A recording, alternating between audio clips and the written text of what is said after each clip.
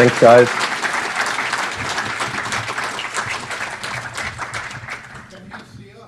Did I see John Kiriakou sneaking around there somewhere? I'm comfortably seated. Oh, there you are. Thank you. First of all, I'd like to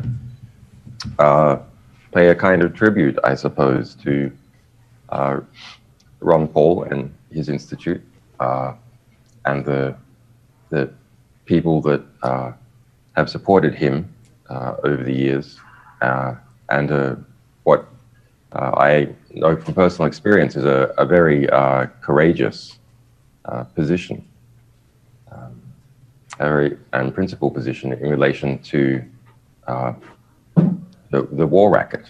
I think it's much better to describe it like that rather than saying US foreign policy, because there are some parts of US foreign policy which are good.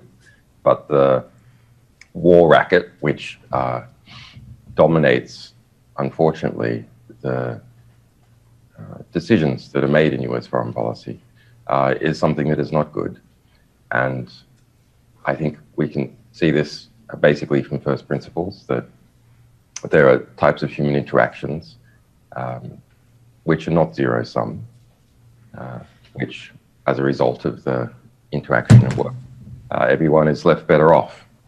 But when you're building bombs and dropping them on people, with some very rare exceptions, everyone is worse off.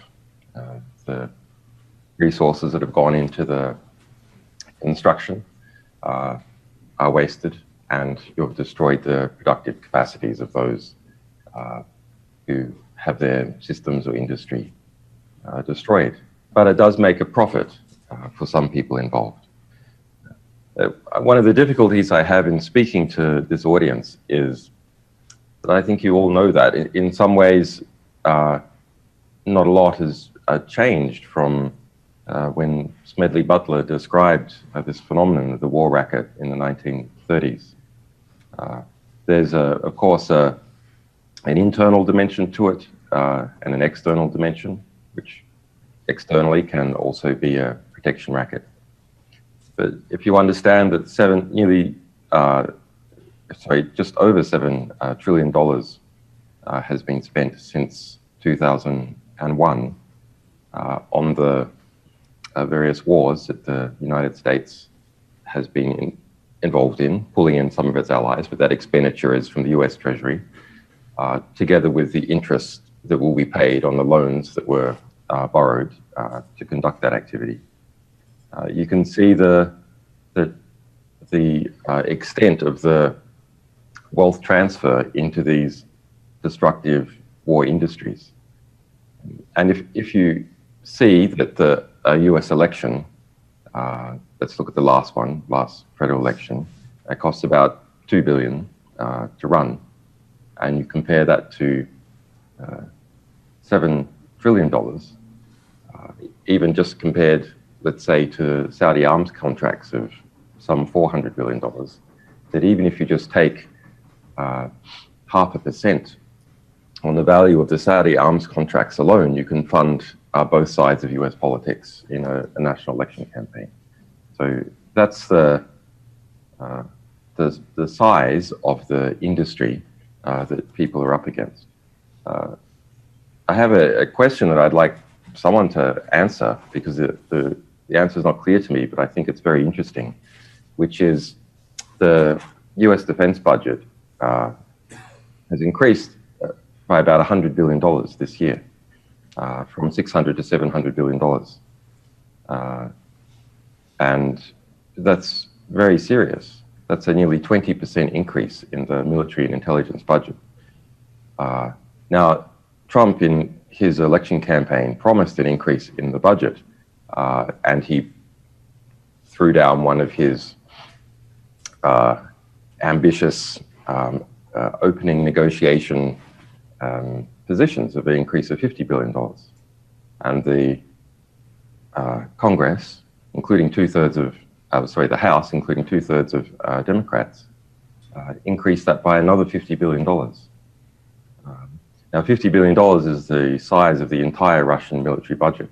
So Trump not only received all of his ambit claim of an increase of $50 billion, but the Congress has now increased that by another $50 billion. So an increase of double the entire Russian military budget just this year. And I really am very curious as to where that's coming from. So you can perhaps look at some political dimensions of a fight for loyalties.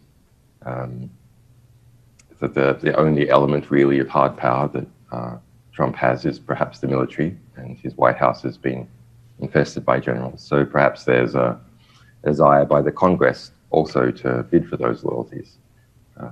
Or does it reflect a much more concerning trend? And I rather think that it does, which is the contraction in the ability of the US empire to rule itself, or rather rule others, which is of course inevitable as US GDP has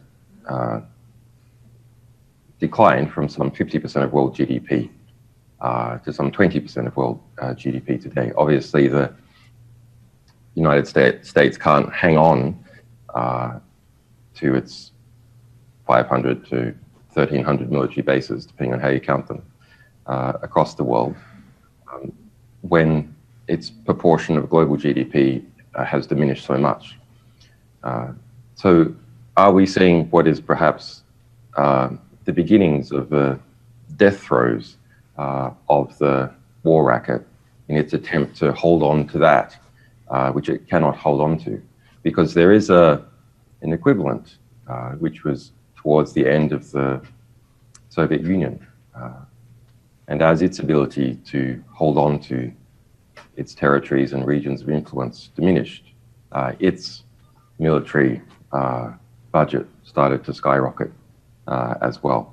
And if so, I think that's a very unfortunate trajectory for the United States and its people to have their productive industry diverted into wealth-destroying and dangerous military-industrial complex.